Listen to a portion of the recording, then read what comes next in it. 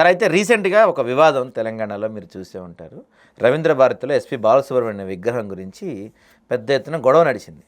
తెలంగాణకి సంబంధించిన ఒక వర్గం వాళ్ళేమో విగ్రహం పెడితే ఊరుకోము, అవసరమైతే విగ్రహాన్ని పడేస్తామని చెప్పి మాట్లాడారు ఒక వర్గం. ఒక వర్గంలో ఏమో బాలసుబ్రహ్మణ్యంకి అనుకూలంగా మాట్లాడారు. సో మొత్తానికైతే ముఖ్యమంత్రి గారు రాకుండానే నిన్న విగ్రహావిష్కరణ జరిగిపోయింది.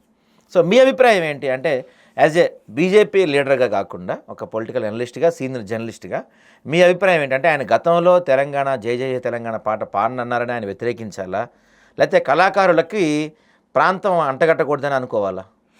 అంటే ఇదే విగ్రహాన్ని వద్దనే వ్యక్తులు తెలంగాణ వాదులపైన తుపాకీ పట్టుకొని తిరిగిన రేవంత్ రెడ్డికి మద్దతు ఇవ్వండి అని చెప్పి ఆ మైక్లే మురిగినాయి. నేను అలా పేర్లు తీసుకోదలుచుకోలే.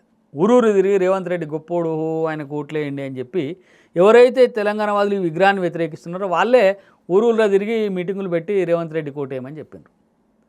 తుపాకీ పట్టుకొని తెలంగాణ వాదుల్ని కాలుస్తా అన్నోని కంటే నేను పాట పాడానని తప్పించుకున్నాడు ఇది ద్రోహమా? తుపాకీ పెట్టి కాలుస్తా అన్నోడు ఇది ద్రోహమా? కాలుస్తా అన్నోడేమో తీసుకొచ్చి అధికార పీఠం మీద కూర్చుని అధికారం అప్పచెప్పేటందుకు వీళ్ళందరూ బోయిలు లెక్క చపరాశులు లెక్క పనిచేసి, మరి అప్పుడు ఎందుకు పనిచేసినారో నాకు అర్థం కాలేదు. మైకులు పట్టుకొని ఊరూరు తిరిగి మాట్లాడిండ్రు కదా. మరి ఇప్పుడు విగ్రహం ఆయన తెలంగాణ వ్యతిరేకి అని చెప్తారేంది? సరే, ఆయన పాడా అన్నాడు. ఎందుకు అన్నాడు మనకు తెలియదు. ఆయనకి ఇష్టం లేదు, పాడాడు. నీకెందుకు అభ్యంతరం? ఓకే. తెలంగాణ వాదనను తీవ్రంగా వ్యతిరేకించినోడేమో తెలంగాణ వాదుల మీద కొట్టినోడేమో నెత్తిన పెట్టుకున్నారు, ఈయన మీదనేమో మాట్లాడుతున్నారు. అంటే ఏదో ఒక ఇష్యూని క్రియేట్ చేయడం ద్వారా తాము లైమ్ లైట్లో ఉండాలనేటువంటి ప్రయత్నం తప్ప ఇంకోటి కాదు. ఓకే. నేను బాలకృష్ణ మన ఆయన ఎవరు బాలసుబ్రహ్మణ్యం గారు తెలంగాణ గీతాన్ని పాడానడం నేను సమర్థిస్తలేదు. పాడానడం తప్పే. ఆయన ఎందుకు పాడా అన్నాడు అనేది నాకు తెలియదు. అంటే ఇంటర్నల్గా ఏం జరిగింది అనేది తెలియదు కదా మనకి ఎవరికి. ఆయనన్నా చెప్పాలా, వీళ్ళన్నా చెప్పాలా. వీళ్ళు చెప్పింది వింటున్నాం. మరి ఎప్పుడు ఆయన దాని మీద నోరు తెరవలేదు. నేను ఎందుకు వద్దన్నా ఏందనేది ఏం చెప్పలే. తెలంగాణ ఉద్యమం అంతా కూడా దాని విషయమే పట్టించుకోలే ఎవరు. 10 ఏళ్ళు అయిపోయింది. ఇప్పుడు ఏదో పెడతాము అంటే వాళ్ళు ప్రభుత్వం స్థలం ఇచ్చింది పెట్టుకోమన్నది పెట్టుకుంటున్నారు. నువ్వు ఇక్కడ దోపిడీ చేస్తున్నటువంటి దోపిడీదారులకు వ్యతిరేకంగా నువ్వు మాట్లాడతలేవు.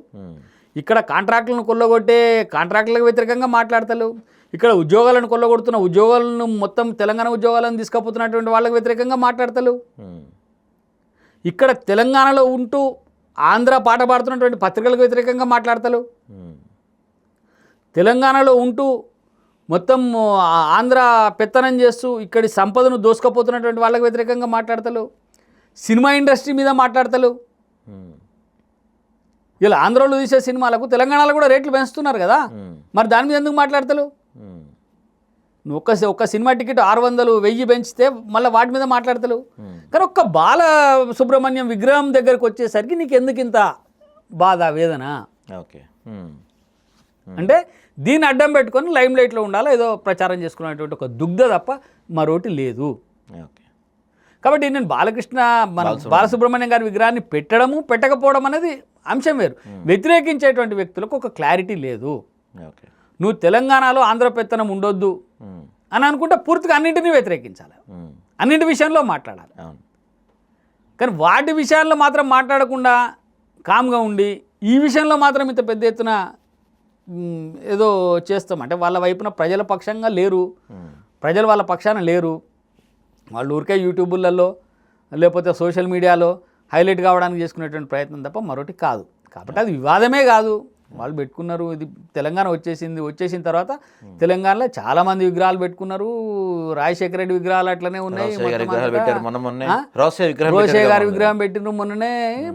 అయిన బాలసుబ్రహ్మణ్యం గారి విగ్రహాన్ని పెట్టుకున్నారు. అలా పెట్టుకునేవారు వాళ్ళ కుటుంబీకులు, వాళ్ళు పెట్టుకున్నారు. రేవంత్ రెడ్డి గారు రాలేదంటే రేవంత్ రెడ్డి గారిది 2 నాలుకల ధోరణి. పర్మిషన్ ఇచ్చిండు, పెట్టుకోమన్నాడు, వస్తా అన్నాడు, టైం ఇచ్చిండు. రాలేదు. ఎందుకు రాలేదంటే చెప్పుకోవచ్చు, నేను అప్పుడు ఆ విగ్రహానికి పోలేదు, నాకు నచ్చలేదు. నువ్వు నచ్చనోడు అయితే మొత్తమే తీసేయాలి కదా. కాబట్టి ఇవి అసలు వివాదమే కాదు. అది కావలసుకొని వివాదం చేయడాన్ని పెద్దగా పట్టించుకోవాల్సినటువంటి అవసరం లేదు. Right sir.